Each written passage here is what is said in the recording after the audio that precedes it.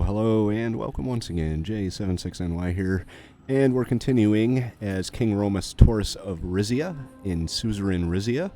We are about to find out how our war with Palais is going. We will go right to Porte Rizian, our capital, and we will have our briefing after... Yeah, let's find out how the war is going first. Probably important, I guess. I arrived at the council chambers to discuss our war plans with the highest-ranking members of the Rizian military. Last time I'd seen the room this full was during our first campaign in Palais. Now, just like then, it was packed with military staff. Every single top-ranking general and admiral in Rizia was in attendance. As soon as I entered the room, they stopped their chatter and saluted me. Everyone except for one man in a wheelchair stood up. They were standing over a massive table, arranging golden and silver tokens atop a map of Palais. Lucida rushed to my side. Your Majesty?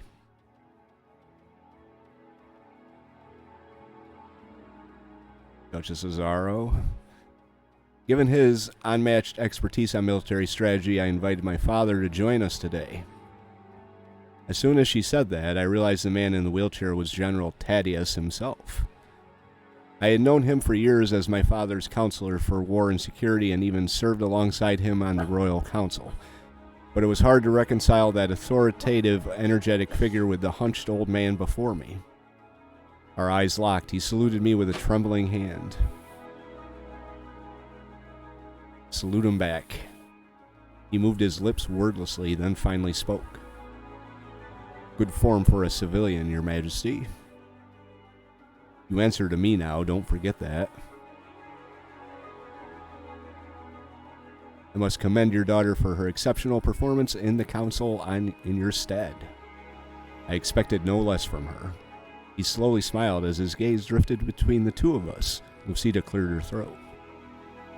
Shall I start, Your Majesty? Please. Before we begin, some news from our Grand Admiral. Unfortunately, the damages from the attack on our flagship Valero were worse than initially reported, and the ship remains out of service. We won't be able to use it in our invasion. She directed our attention to the map on the table. Your Majesty, our forces are already mobilized. Our Navy and Air Forces are prepared and awaiting your orders, and our ground forces will be ready to cross the border within 48 hours. Due to the extensive Palesian naval defense around Palais and the Gulf of Ails, as well as the possibility of direct engagement with Lesbia, our strategy will have to rely on an attack from either the north or the southwest. What's the intelligence on the defenses of Pales? Our intelligence suggests Palais is expecting an immediate incursion. They have been strengthening their northern border with us, building forts and bunkers along the river Al-Ka. And according to reports, they're already deploying thousands of soldiers along the entire border at this moment. We believe they've recently received dozens of tanks from Lesbian origin as well, which isn't good because we don't have a tank. Not one single tank. She pointed to the Antician Sea on the map. Unfortunately, due to their recent acquisition of large number of Lesbian destroyers, their navy is more capable of breaking our blockade attempts. What's the plan for the initial strike? Thaddeus gestured for one of his aides to bring him a pointer. He aimed at a map. Our first objective is to take control of the cities of Zeke and Arxes and trap their forces at the choke point at Soleil. The General Staff proposed a two-prong attack. First, we'll need to block Palesian ports, cripple their trade, and prevent the Grand Duchy from receiving any external support. Second, we'll mount a large ground offensive aimed at securing key border defenses. Speed is of the essence. We must overwhelm Palesian soldiers before they can fully organize. However, an assault from the north would be very bloody, especially crossing the Alse. It is their most fortified border. What about striking them from the west? We could feign an attack in the north to make them focus their forces there, but focus the bulk of our forces to the west. However, their western border is covered with mountains, and we believe they possess specially trained mountaineer units to defend those terrains. There's a chance we can break through from their southern coast with the help of our navy. If we can deploy our armored units on that front, we can push from their coast and block their supply lines.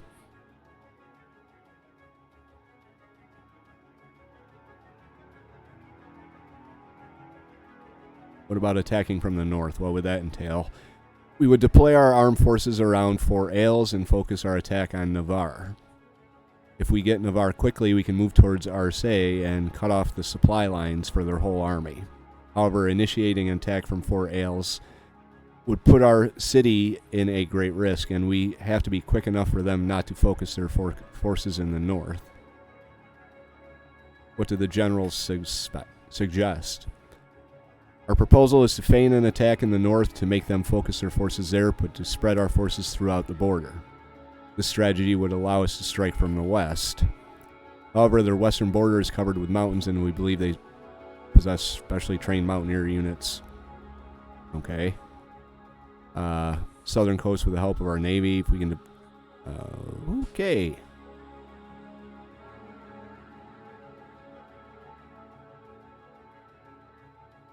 We can also focus on a naval invasion, I guess.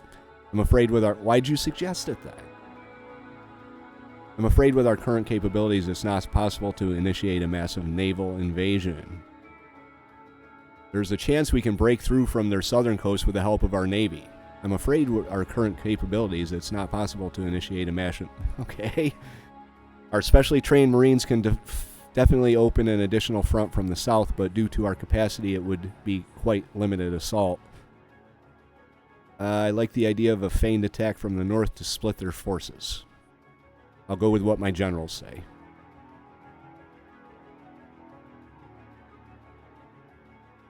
Let's talk about deployment and general strategy. As the king, you have total control over our military strategy and the deployment of our troops. However, I've prepared a briefing that will help inform your decision. Would you like to hear it? No. You senile old man. No. I'm going to do what I want. What would you like to hear about first? What's the status of our military? As mentioned, our land armies are getting ready for action, Your Majesty. We can currently field a large number of infantry divisions. This is quite enough to overwhelm the Pelesian forces. Unfortunately, we can only field 3 mechanized support divisions, which are specially trained to support the assault of our infantry and armored divisions. We should not risk losing them, as they can change the tide of war. And lastly, when it comes to our tanks, we currently field 3 tank divisions. Palais has far more tanks than we have. On the other hand, our air force is barely capable of contesting Pelesian air superiority. We can still try conducting bombings outside the reach of their primary air defense system, which will be quite a problem. And lastly, our Navy has unfortunately suffered a great loss with the RRN Valero taken out of service. It's also important to highlight that while we can theoretically hold our own against the Pelesian Navy, they boast both superior technology and larger numbers. Our admirals have reported that our specially trained Marine divisions and their deployment ships will be ready to initiate a coastal invasion in no time. Unfortunately, we don't have enough fleets to be able to counter Pelesian ships in any direct confrontation. Our submarines will also provide support when necessary. Although we don't have many of them, they can still wreak havoc on Palais ships.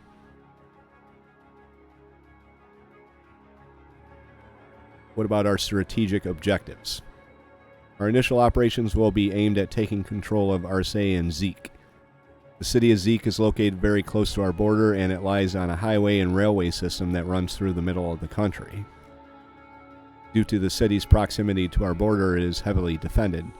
Unfortunately, our Air Force will only be able to help once we destroy their anti-air systems, which are located in the mountains south of the city. Another strategic point is the town of Navarre, directly by our border near Fort Ailes. Palais also has incredibly sophisticated anti-air defense installed in that area, and any attack from the north would require the capture of the area for our air forces to be able to support our operations.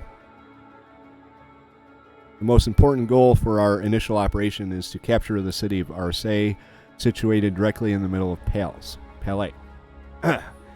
We have intelligence that their defense is organized from there, and it provides supply to every front. By cutting that city from their network, we can crush their border defenses and create a new front line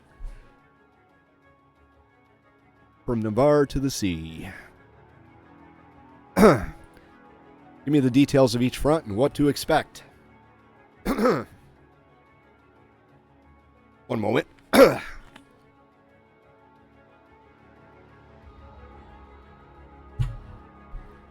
Ugh, dry throat. Pointed to the river Elka on our border with Palais. On their northern border, they have several heavily fortified areas across the river Elka. They also have incredibly sophisticated air defenses placed around the town of Navarre, very close to our city, Fort Ailes. These defenses will severely impact our capabilities to push for an assault on Fort Ailes. She then pointed to the city of Zeke on the western border. Their most defended position on the western front is right between our city of Terrador and the Pelesian city of Zeke. We suspect they may push for a counteroffensive from Zeke, possibly with their armored divisions in the front.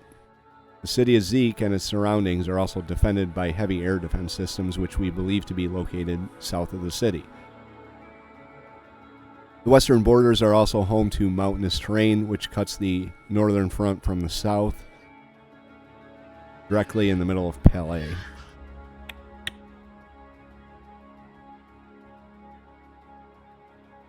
So Zeke is here. Marseille is here. Here's the river.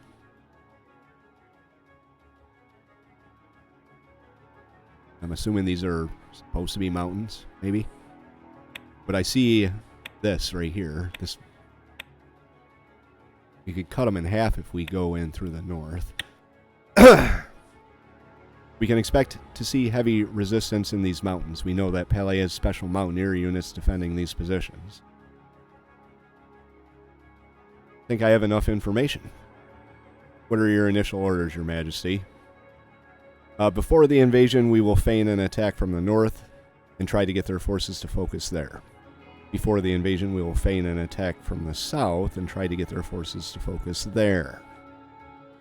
We will lead a direct assault without any precursors. I'm going to go with the feign attack. My generals advise it. So, the generals in the room gave me a military salute while shouting, "Yes, sir!" We will keep our Navy and our Marines on standby for a possible naval invasion. We cannot risk any reckless damage before the invasion begins. Furthermore, we will keep our Navy on standby until the assault begins. We will immediately focus our Navy to blockade the Gulf of Ailes. It's their most heavily guarded area, but close to their coastline. Focus our Navy to blockade the Gulf of Ailes. Our efforts must be focused on their capital, even if that means direct confrontation. We will immediately focus our Navy on the blockade of the Gulf of Romas. Our efforts must be focused on disrupting their trade without risky confrontations at sea. We'll go with that one. Understood, Your Majesty. In light of this, I'd like to send you a detailed plan for our initial deployment through the border, focusing on a simultaneous attack towards Zeke and the southwest coast.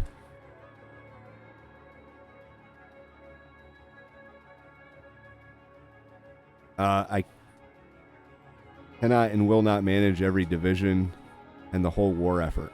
I will give complete authority over to the invasion of the General Staff and to you, General Azaro. Opt out of war gameplay? No. I want the war gameplay. I will look into it in detail, General. Everyone in the room except Thaddeus stood up and saluted me. We will relay your orders immediately, Your Majesty. I will return to you as soon as we have an update. And there it was. The invasion of Palais was about to begin. Okay.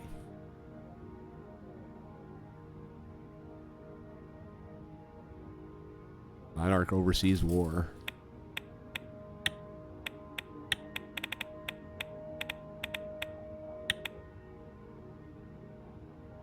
I hope I'm not making a mistake doing this.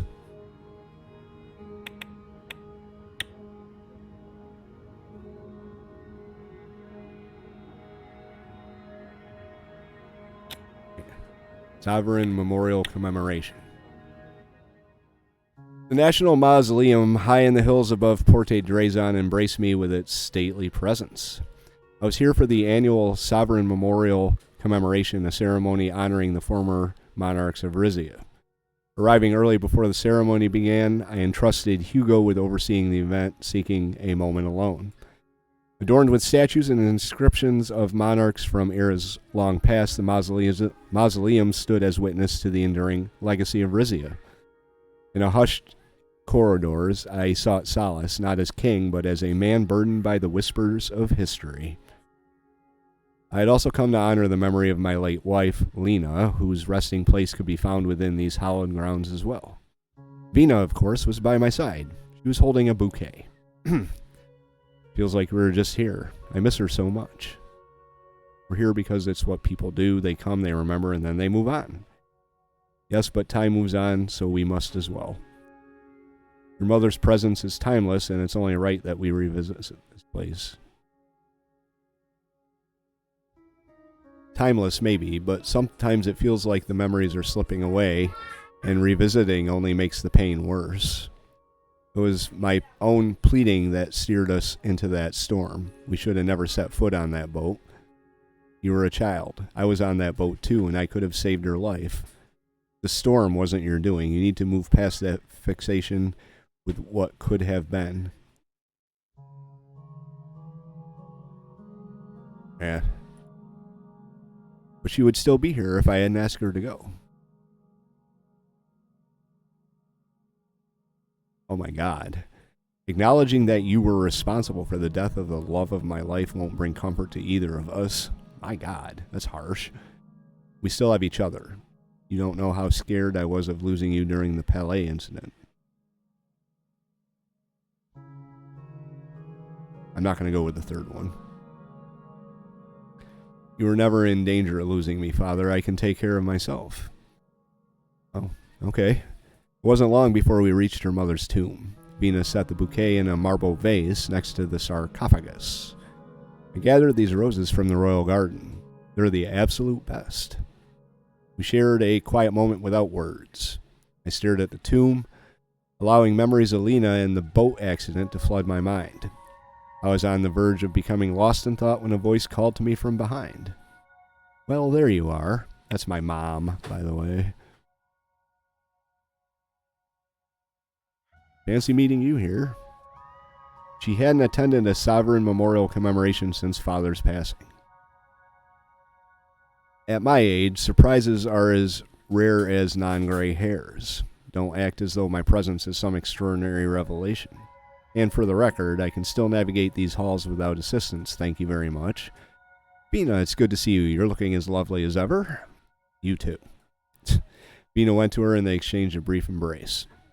We'll catch up later. I'm meeting Manus for a walk before the ceremony. He didn't feel like joining you here? What would be the point? Lena wasn't his mother. Lena would have hated seeing her daughter dating a Suzerain. We felt it appropriate to limit visiting Lena to family only. If by we, you mean you. I agree with your father. Just because he's courting the king's daughter, it doesn't mean he has special privileges. Her eyes swept across the room, coming to rest on Lena's grave. Forgive my lack of decorum. I should treat this day with the gravity it deserves. Gradually, she drew near, her eyes conveying unexpressed sentiment. She reached out and took Vina's hand, giving it a gentle squeeze. She was an extraordinary woman, your mother. I'd even go as far to say she was like a daughter to me. I wish I'd known her as well as you did.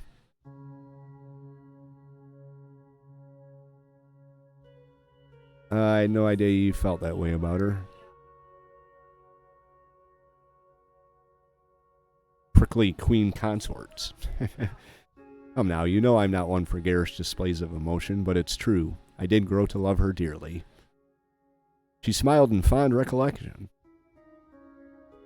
I remember the precise moment my feelings towards her changed. It was not long after the Civil War broke out in Wayland. You two were at the Palace Resna for dinner. Lena and I left for tea after you and your father went off to talk. Up until then, I was adamant that Rizia should accept a few Wezek refugees as possible. However, as we discussed the situation, she made such a convincing case for empathy and kindness that I was literally moved to tears. Lena had this way of seeing past politics straight to the heart of the matter, and the next day I persuaded Valero to open our borders.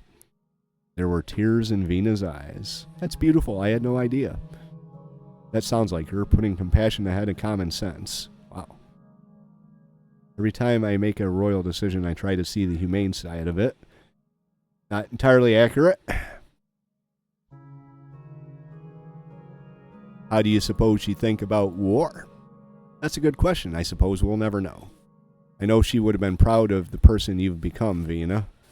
Despite Vina's attempt to conceal her emotion, the subtle quiver in her lip and deep sigh betrayed her inner turmoil. Vina hurried out of the room before anyone could respond. Losing a parent is hard, especially when they love you as much as Vina's mother loved her. Speaking of love, I know you have approved of Manus and Vina, and I support passion, but it might not be as digestible for the rest of the house. Either way, it needs to happen sooner rather than later for our family to secure its place on the throne. But I'm getting sidetracked. In case you're wondering, which I know you are, I'm here to finally pay your father a visit after finding this. My mother reached into her handbag and held up a weathered envelope. I'm going to leave it alone. A love letter from your father, the first one he ever wrote, and I thought it only fitting to give it back.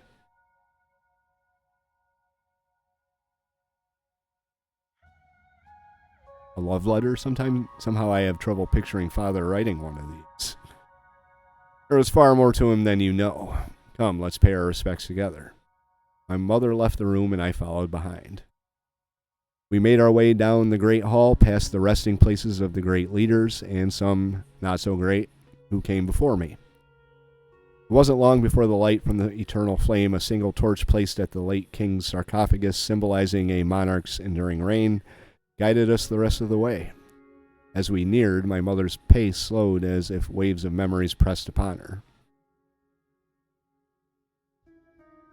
Say nothing.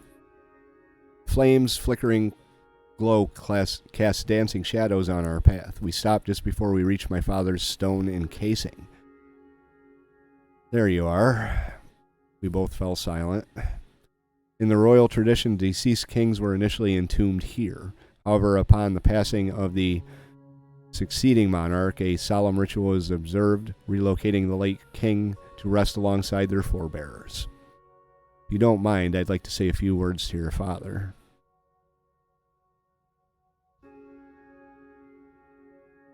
I'll give you some privacy. I gave her some space to allow for a moment between the two of them. She spoke to him in a hushed whisper for much longer than I had expected. Whatever she had to say obviously meant something. When she was finished, she took out the love letter and placed it on the sarcophagus. I took this as my cue to return. May it rest with him, carrying the memories of a cherished connection and the legacy he left behind. I find comfort in knowing that his legacy lives on, but it doesn't change the pain of his absence. Memories and legacies are just illusions. What's the use of legacy if it doesn't change anything? I'm not going to be a dick to my mom at my dad's grave. The ache of loss may linger, but the impact he made will endure through the ages. You'd be wise to consider what imprint you wish to leave behind as well. A reminder to choose our path with care. Yes, because our name carries weight, son. It's not just the actions, it's how you carry the responsibility that defines the legacy. What matters is what I do, not what the name did. My actions speak louder than any family name. I'll forge my path. I'll ensure the name stands strong, even if it means shouldering the weight alone. I'm pleased to hear it. Sometimes the most profound responsibilities are the ones we inherit, not by choice, but by destiny. Indeed, like divine threads in a grand design guiding us towards a purpose beyond our choosing, much like Father. I'll embrace whatever responsibility destiny throws at me, be it triumphs or defeats, much like my father. Father's path proves it's the choices, not the fate, that define our destiny.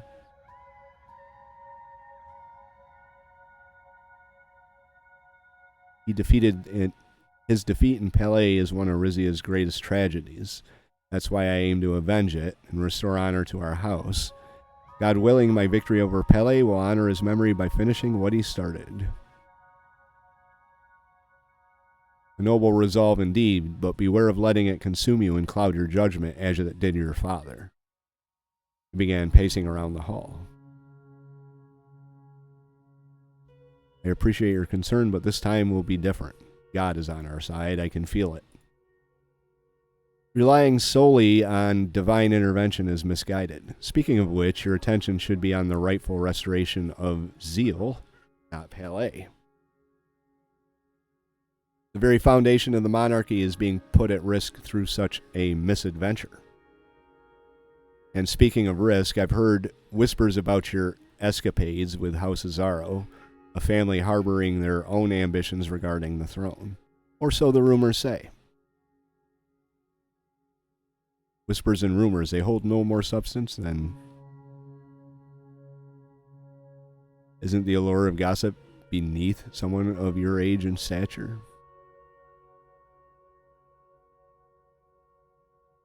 We'll go with that one.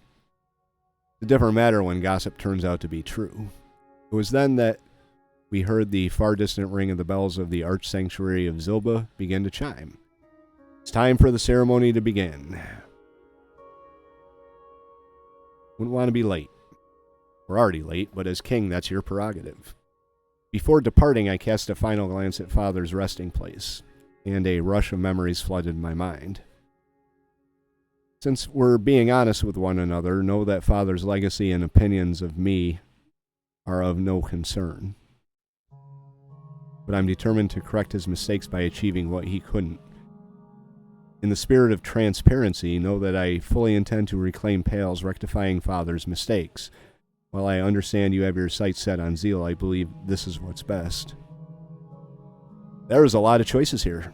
Since we're being forthright, I want you to know that I intend to preserve Father's legacy and do the right by him. Before we go, you should know that I intend to uphold Father's legacy. I will do right by him by rejuvenating this nation. Before we part, know this. I shape my own legacy, free from the expectations of a faded form. Father's views on my choices carry no weight.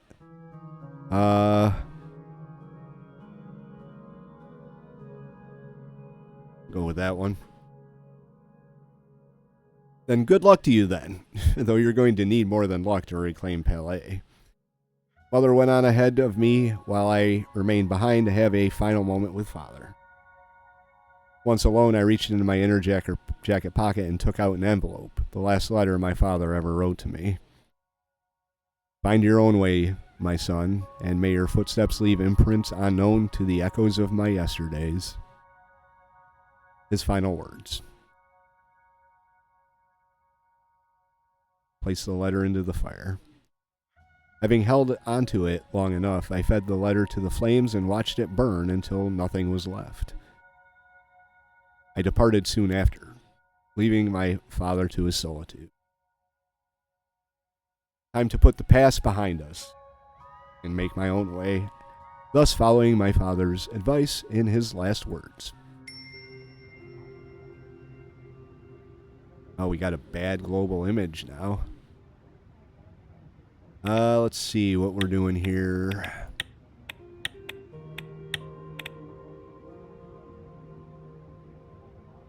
The situation calls for a strategic reevaluation of Rizia's external policies and actions to rebuild its reputation.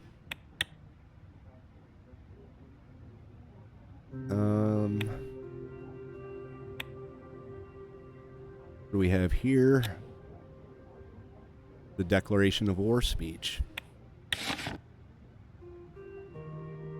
Resilience reigns. Former Queen's surprise attendance elevates Sovereign Memorial commemoration. In a flawless execution of the annual Sovereign Memorial commemoration, Rizia paid tribute to its late monarchs in a poignant ceremony. The event unfolded seamlessly with a notable and positive surprise presence of the former Queen, Estella Toras.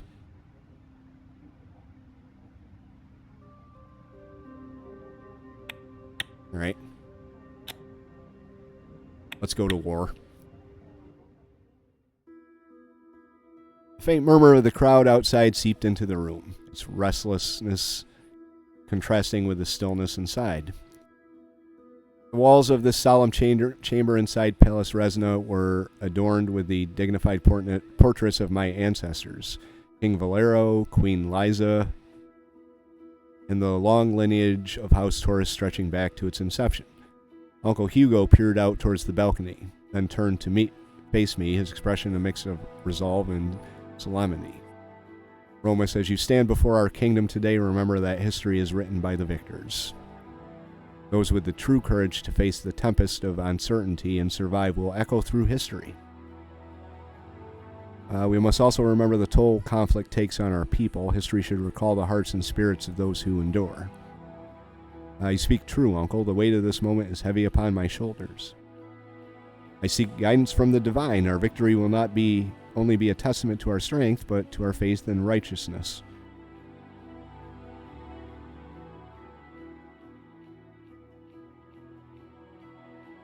Go with that one. Your compassion will be your strength, Romas.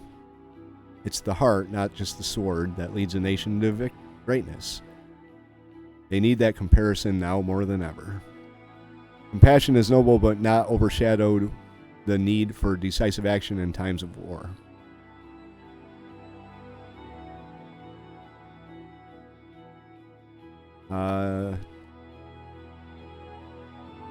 Tough but necessary decisions must be made, sometimes at the cost of softer compassion. Decisiveness is key, but I won't let it harden our kingdom's heart. Our actions will be firm, yet guided by a sincere desire to protect our people. 2.5 million people have gathered outside, flooding the city streets of Porte de Rizian. Our entire police force is deployed for their safety. The Golden Guard has been deployed with its entire division, entrusting the city center as a safe zone. The air is tense, reminiscent of the days before battle, yet there's an undeniable resolve among our people. Past memories are resurfacing. The 1923 war and the 1926 revolt was just like this, with Porte de Rizian caught in those throes of upheaval. History, it seems, is repeating itself. Our country can't afford to lose ever again. We will learn and adapt. Our will shall guide us.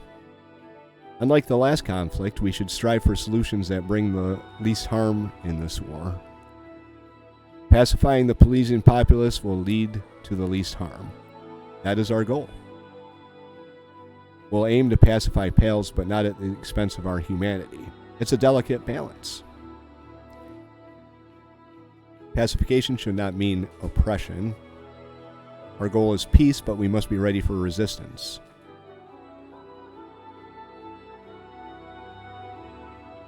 Truth and humanity are often lost in first contact during war, Romas.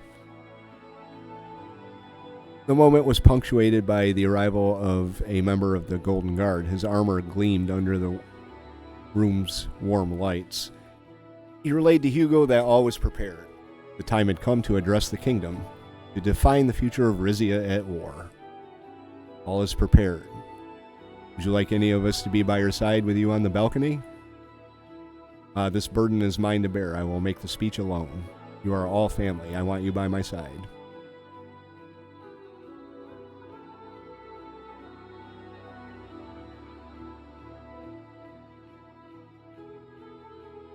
And together we shall present a united front to the world. Rizia's strength lies in its family. Side by side, just as it should be. Our people need to see us united now more than ever. If it must be so, Father, I will stand with you for Rizia. The rhythmic cadence of countless voices echoed outside.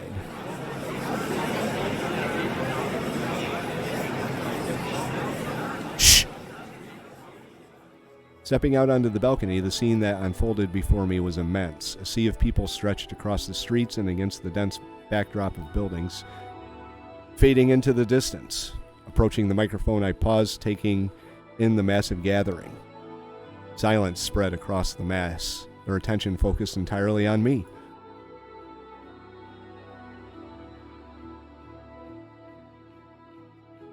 My people, I greet you. Today we stand united, not in celebration, but in solemn duty. We gather amidst brewing storms, standing strong against the tides of challenge. Our peaceful nation now faces war imposed by our southern neighbor, Palais. In these trying times, our faith and unity will be our guiding light. It speaks of hardship, resilience, and unwavering spirit of Rizia. The events will test us, yet also define us.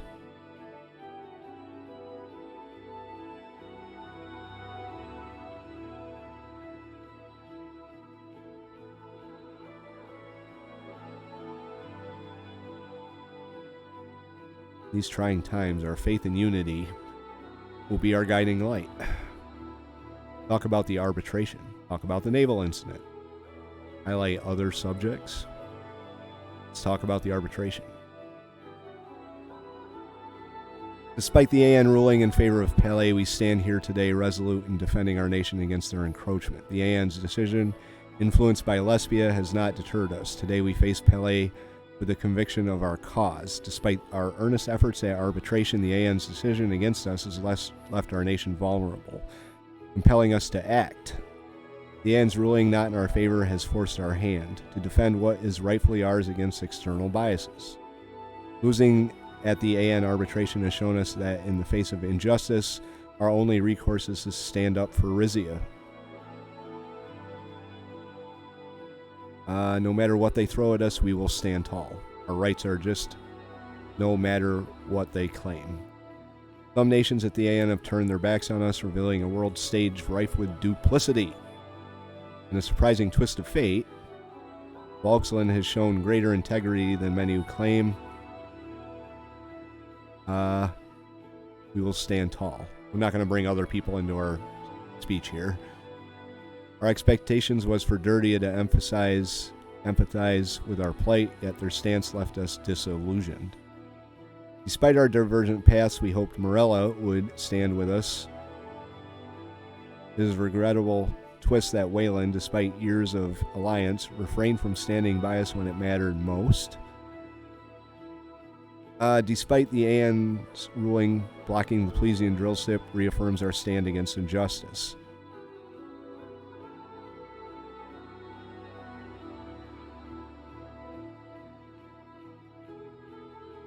I'm trying to convey the message that we were wronged and we're going to stand up for ourselves. Though the arbitration over Aureus has concluded, it marks not an end but a new chapter in our relentless pursuit of justice and sovereignty. The arbitration's verdict, which whatever it may be, cannot diminish our resolve. We stand united, ready to defend our rights on the battlefield. In the wake of arbitration, let it be clear, no decision can sway our commitment to protect what is ours by history and by right. Arbitration has spoken, yet true verdicts are written not in chambers of debate, but in the hearts of people united for their cause. So this one.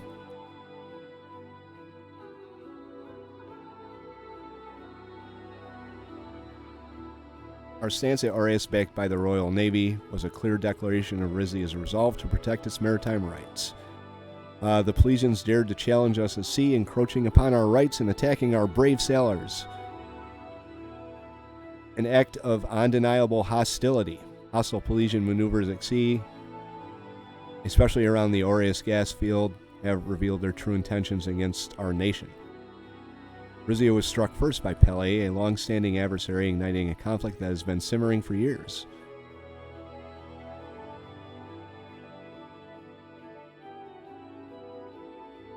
In the throes of conflict, we captured Plesian vessels, a tough but necessary act to safeguard our Bolero and its crew. Our decision to capture enemy ships foregoing rescue was a strategic move dictated by the urgent need to protect our naval pride. With the Valero at stake, we opted for capture over aid, a harsh but vital choice to maintain our maritime superiority, which we don't have. Post-AN, our naval deployment at Aureus was a principled stand, reflecting our unwavering commitment to national sovereignty. Our fleet's advance signaled a clear refusal to yield to decisions undermining Rizia. Deploying our Navy was a calculated response, showcasing our readiness to challenge external pressures. With that one, I solemnly vow to avenge those vile actions, promising a response that will overwhelmingly echo our might to our adversaries. Our Rizian Royal Navy stands as a pivotal force ready to bolster our land units and sever the lifeline of why spell out your strategy. With the war already raging at sea, we brace for the inevitable clash on land, prepared for the trials ahead. The fate of our future now rests in the capable hands of our valiant sailors, guardians of our destiny at sea.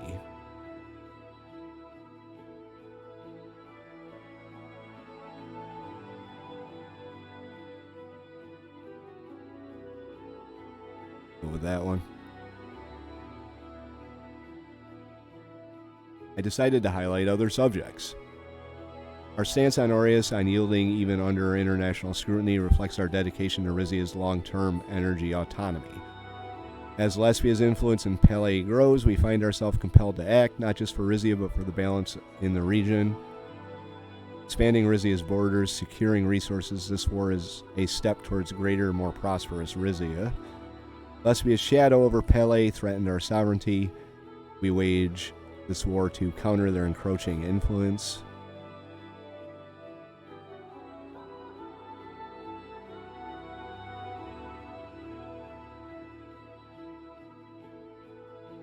I'm going to go with this one.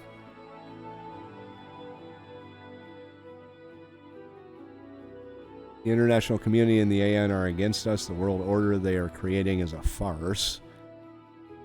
In a world where allies shift and shadows loom, our war is also a shield against Lespia's expanding reach. The future of Rizian as people depend on reliable energy sources that feed our industry and growth.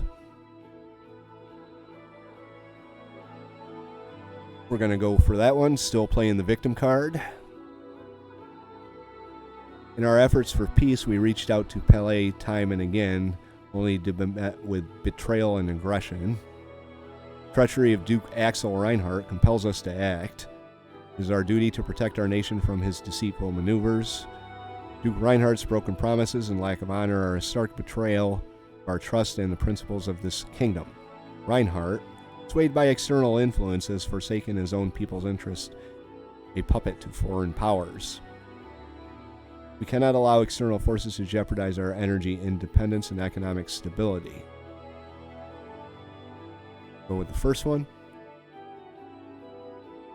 From zeal to pale and beyond, we shall safeguard every cornerstone essential for the Rizian way of life.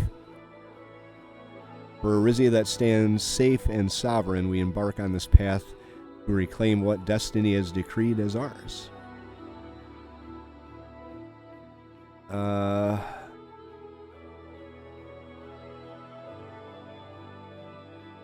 Under the watchful gaze of the world we shall rise, showcasing the indomitable spirit and resolve that courses through Rizian's veins. Confronted with the Duke's escalating threats, our hand is forced. Fuck. That's not the one I wanted. I was going to attack the Duke Reinhardt again. I tried scrolling down to read the rest of it. Accidentally clicked. I moved forward to my convictions. While this war may seem a defensive measure, it is also a path to my personal and our national glory. Fulfilling my father's unfinished quest, this war is as much about honor as it is about strategic gain. The legacy of King Valero, my father, will be honored and rectified under my reign, correcting the course of history. Years ago, an attack on me in zeal was an attack on our sovereignty. Now, to the south, new aggressors threaten our land. Go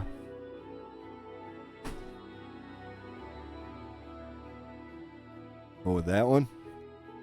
Just because we do want to take Pele back. This war is a war about our way of life and to protect our people and principles. Confronted by Pele's aggression at sea and on our lands, our response will be swift and unyielding. Visions have come to me. Skip. Surrounded by adversaries, our only path to safety is to meet them in battle. Caught in the crossfire of CSP and ATO global strife, we stand firmly against their encroachment on our sovereignty. Should we falter, the shadow of the ATO looms, threatening to engulf southern Morcopa in its ever-expanding grasp. Go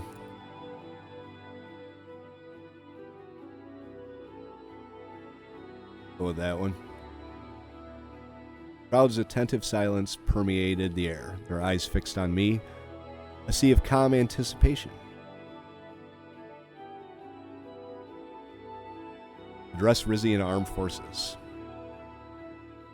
Dear Rizian soldiers, airmen, and sailors, today you embark on a great conquest. Conquest that our nation will endure and triumph in. You are the guardians of our kingdom, the brave hearts who stand at the forefront of this pivotal moment in our history. Each of you carries the spirit of Rizia into battle, a spirit unyielding, courageous, and proud. Your valor and sacrifice are the bedrock upon which the future of our nation rests. We owe you an immeasurable debt of gratitude. Go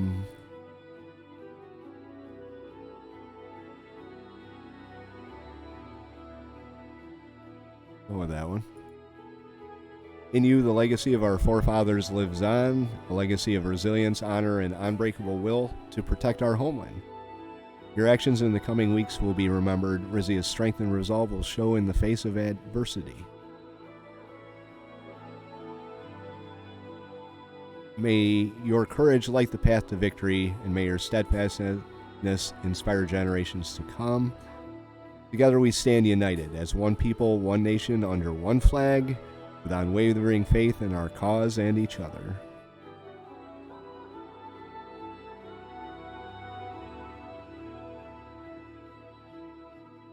The deployed soldiers around the palace were listening attentively and saluted. To the stalwart mountaineers, guardians of our rugged terrain, your resilience mirrors the unyielding support of our mountain. The divisions of House Azaro, battle-tested and fearless, are the vanguard of our army, leading the charge. We'll go with that one. To our brave warriors, you know that each of you carries the heart of Rizia into battle. Your courage and sacrifice light our path to peace and prosperity. Soldiers of Rizia, your unwavering strength is the hammer that will forge our victory. March forth with the might and fear no darkness.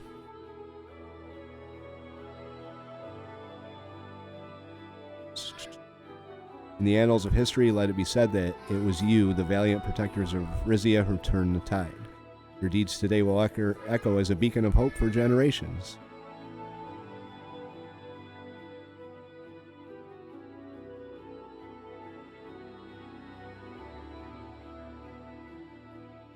With that one. Address the houses. House Azaro, our warriors, led by the steadfast Lucida Azaro and the legendary General Tadius, march with us.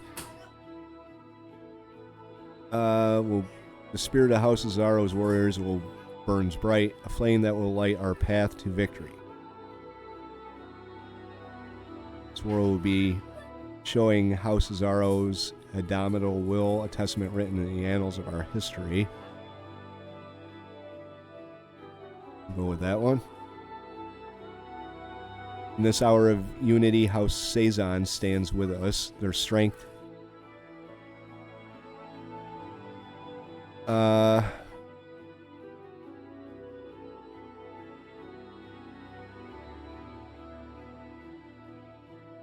with that one. Wow. This is a lot. Together, Queen Mother Estella, Princess Vina, and Grand Vizier Hugo Toras represent the enduring strength and unity of our house. Our cousin Rico Toras with his valor, he's a douchebag. In the halls of Porte Rizan, the heart of our kingdom, our family's resolve stands as a beacon.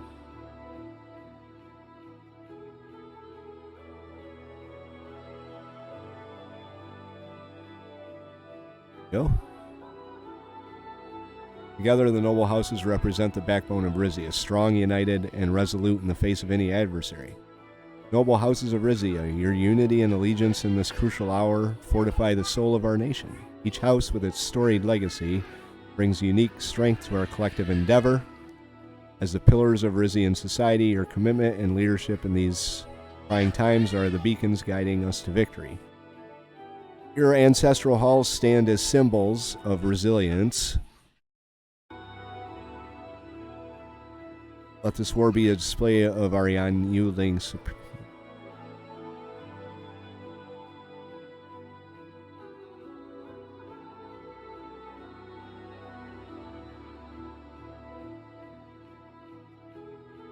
with that one. And on to the people. To the people of Rizia, the soul of our nation. Now is the time to rise, to join the ranks of those who defend our land. Your courage, your resolve, and your spirit are the true strength of our kingdom in these times of trial. Each citizen's effort, whether on the battlefield or at home, is a vital thread in the fabric of our victory.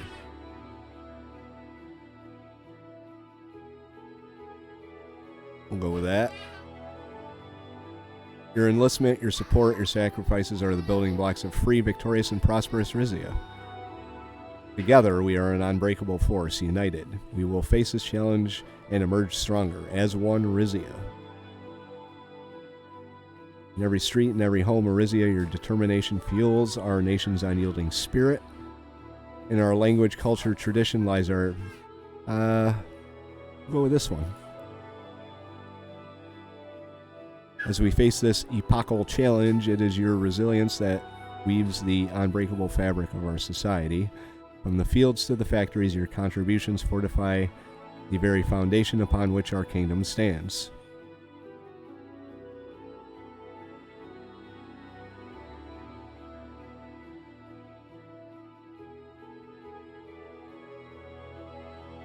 I like that.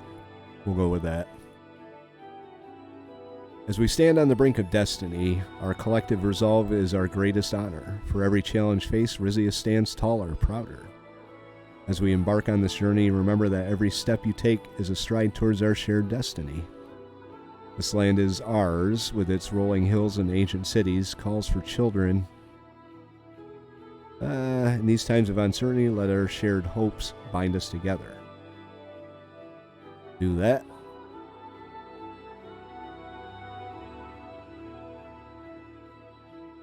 As the speech progressed, subtle nods and whispers began to ripple through the crowd, a growing connection to the message taking root. My people, I have long yearned for a reunification of our rightful lands, a dream that today becomes a solemn vow. In the heart of every Rizian there lies a deep-seated desire to see our nation whole, undivided by foreign claims or unjust rulings. As your king, I stand before you not only as a leader, but a steward of our collective legacy, committed to restoring what is ours. I like that.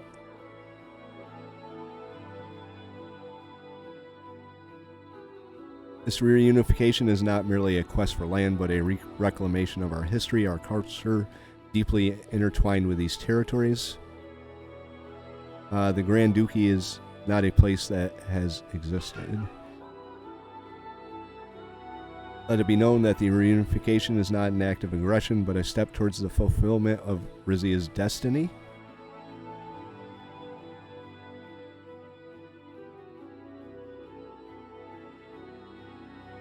Go with that one. Our independence is non-negotiable. We will not be swayed by international pressure or alliances that threaten our sovereignty.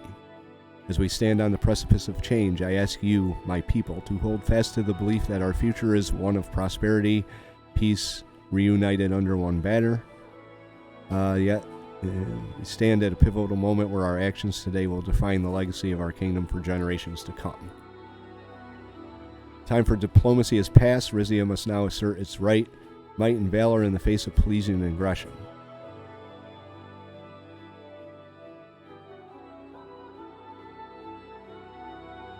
Here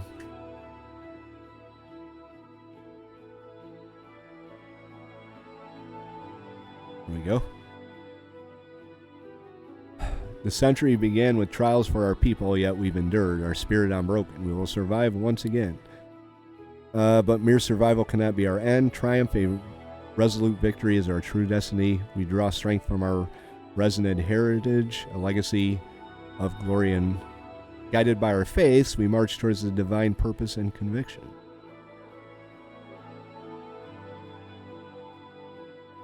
Kind of trying to steer away from the religious talk. United we stand, a family, a kingdom, one indomitable force for the future of Rizia.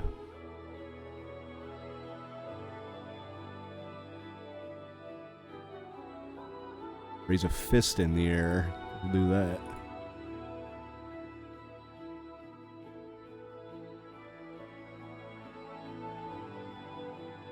For honor, for Rizia, for eternity. We'll go with the fancy catchphrase there. As the speech neared the ends, the crowd's energy bubbled over, their enthusiasm growing into a loud, rhythmic show of support. Rizia's fate teetered on the edge. War was a never-changing subject, repeating its age-old story. Okay. We are at war. There's a lot to go through. War enlistment reports, operation preparation, sabotage plans. And something on the international stage. Maybe not. Pele condemns invasion, calls for international support. Oh. Here's another one. Where is it? The Guild of Royal Alliances. Let's see what that says. Grace reiterates support for Rizian security. All right.